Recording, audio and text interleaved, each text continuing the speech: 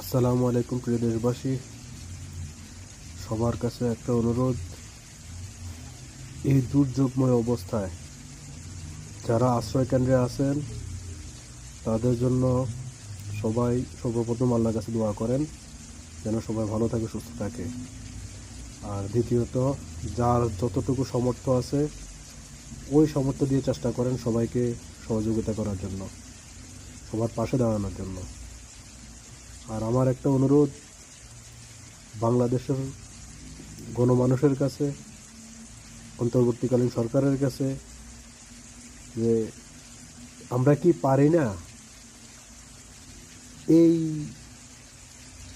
বন্যা থেকে নিস্তার পাওয়ার জন্য? আমরা কি পারি না এই বন্যা থেকে বাঁচার জন্য? আর পানিগুলো আসছে কোত্থেকে? আপনারা দেখেন, ভারত থেকে পানি আসছে, ভারতের পানি বাংলাদেশে